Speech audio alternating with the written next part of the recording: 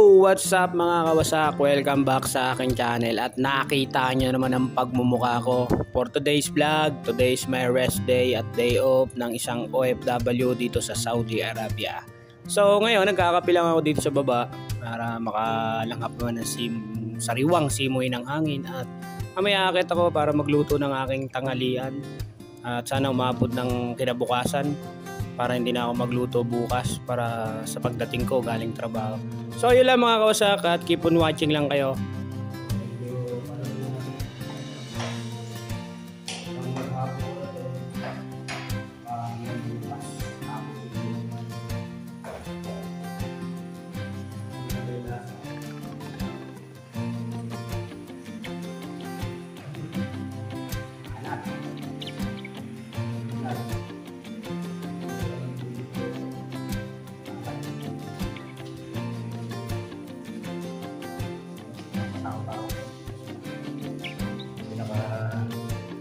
All way namin. May Ramadan ngayon. Last month sa Kuwak. Medyo patapos na rin ng Ramadan. Sa April 9 tapos na. Kaya medyo back to normal hours na naman ang trabaho. Dito sa Saudi. Hindi ako lang magtutubig kasi masyadong maalat. Maalat yung pagkaluto. Hintayin na lang natin kumulo. Balik ko lang kasi yung ano ko sa kwarto. Ito ba yung pinaka-kwarto ko? Yan. Pagpasok mo, hallway na to. Double door yan. Kabila yan, double door. Tapos, pasok mo dito sa kwarto. Ito yung tsura. Yan. Yan. So, nilagyan ko ng cover tong dito. Kasi para tulog ko, ayaw yung kasi minsan may pupunta dito mga tropa natin. Mas maganda yung ganyan, nakatago yung tulugan. Tapos ito yung cabinet naman binigay sa akin. Tapos bigyan tayo ng isang rep, ayos. Tapos naka-carpet na tayo. So unti-unti, maayos natin itong kwarto na to. Dagdagan natin ng bigay tayo ng lamesa dito. Ito lang kasi yung ginagawa kong kainan. Napakaliit. Pamili tayo ng isang maliit na lamesa lang dito. Bigay na upuan na isa. So ito yung parang pinaka-upuan ginagamit. So today is my day off.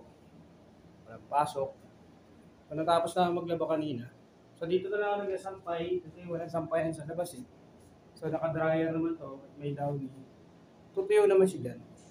So ginawa ko lang sampayan dito. So yun. Tapos ito yung rep ko. Marami naman to mga kawasak. Tignan mo. Okay. Yan lang yung stock ko. Wala lang yung stock. Tapos dito. Yan. Puro tubig ang laman. Itlog. Konting itlog. Tubig. Yan. Gatas. Yan lang mga laman na ito. So dito yung condiments ko. Yan. Tapos ito, dito kasi ito eh. Kwarto na ito. Ito yung pinaka-window niya. Yan. Tapos lalabas ka. Hallway yan. Hallway ng kwarto ko. Yan. Paglabas mo, ito yung CR. Ito yung lababo. Tapos may pinto pa dito. Paglabas mo ngayon dyan, doon yung sa may pinakasala. Saka yung kusina, ang kitchen. Pinaka-hallway. Walang tao. Tapos dito yung kitchen namin. Yan, ito na yun. Ito yung pinakalutuan namin dito. So, ito na yung pwede na siguro to. Tikman ko muna. Pinagana maalat. Makakain na.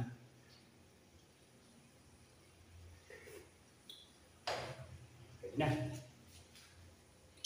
Bansang ulam. Saudi, adobo.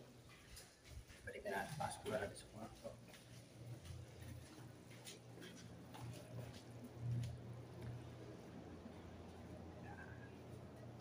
Ganyan lang din ang buhay dito.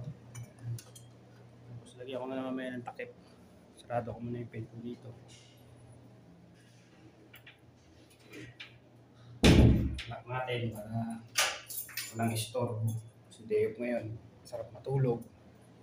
Tapos kausap yung pamilya natin sa Pinas, tulog tayo, tutulog.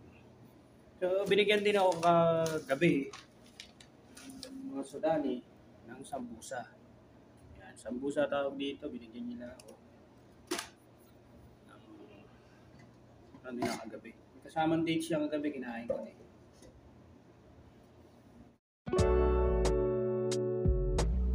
At pakainin muna natin itong mga galang aso na to, kawawa naman, papayat to. Maamo sa akin yan eh. Pag nakikita ako, nagtatakbuhan na yan. Kasi lagi kong pinapakain ng kubos yan eh. Kubos lang pinapakain ko dyan, sold na yung mga yan.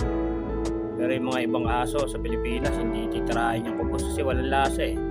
Pero itong mga to, sobrang gutom nila. O, tingnan nyo. Hindi ko pakaliw. Pero nakakatuwa rin naman. Mga amo eh. Yung pala yung mga aso na yan, mga gala dito lang yun sa Saudi. Walang mga may-ari. So, yan, gutom na gutom. So, naawa naman ako. Pagka meron akong kubos, pinapakain ko yung mga yan. Kaya yung mga ibang lahi, pag yung mga tira-tira nila, hinihingi ko at binibigay ko dyan. Yan lang naman nagagala sa labas ng accommodation namin. Yan. Pag nakita na ako niyan, takbuhan na yan. So, yun lang mga wasak. Sinare ko lang to kasi natutuwa ako sa mga aso na to eh.